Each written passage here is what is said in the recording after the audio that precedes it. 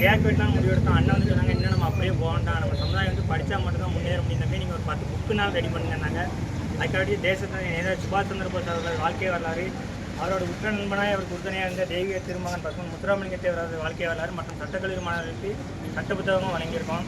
நேதாஜி சுபாஷ் சந்திர போஸ் வந்து முதல்ல இந்திய சுதந்திரத்துக்கு போராடி இந்திய நேஷனல் ஆர்மின்னு ஒன்று உருவாக்கினார்.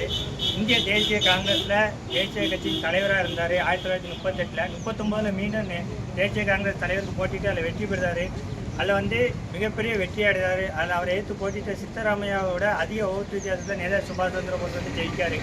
அது வந்து காந்தி தனக்கு ஏற்பட்ட ஒரு தோல்வியாக இருக்காரு. சுபாஷ் சந்திர போஸ் என்னன்னா, நான் என் நாட்டில் ஒருத்தர் வந்து நீ ஆட்சி செய்யறதுக்கு அவனுக்கு அதிகாரம் கிடையாது, அவன்கிட்ட போய் எனக்கு சுதந்திரம் கொடு, நான் கெஞ்ச விரும்பல, அவன்கிட்ட நான் போராடி என் சுதந்திரத்தில்னு ஒரு வீர வசனம் வைக்காது.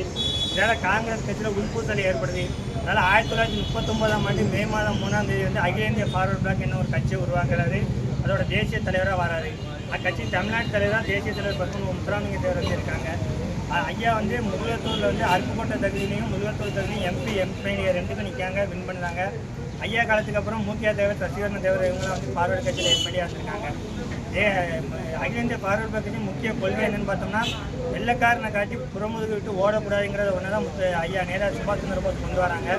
அதில் உறுப்பினராக சேர்ந்த உறுதிமொழியில் வந்து தன் கைரேகையை அறுத்து வந்து ரத்தத்தை வச்சு அது மூலிமா உறுப்பினராக சேர்ந்தாங்க. முதல்ல 17 இளம் பெண்கள் தான் வந்து இதில் உறுப்பினராக சேர்ந்தாங்கிறது இந்த நேரத்தில் தெரிவிச்சுக்கிறேன். அதனால் நம்ம எல்லாரும் சுபாஷிசமே இந்தியாவின் எதிர்காலம் என்ற கொள்கையோட மீண்டும் ஃபார்வர்டு பிளாக் கட்சிக்கு ஒரு புத்துணர்ச்சியை கொடுத்து நமக்கு உண்டான கட்சியை பாதுகாத்து நம்ம வழிபடணுங்கிறத சொல்லிக்கிறோம். ஜெய்ஹிந்த்.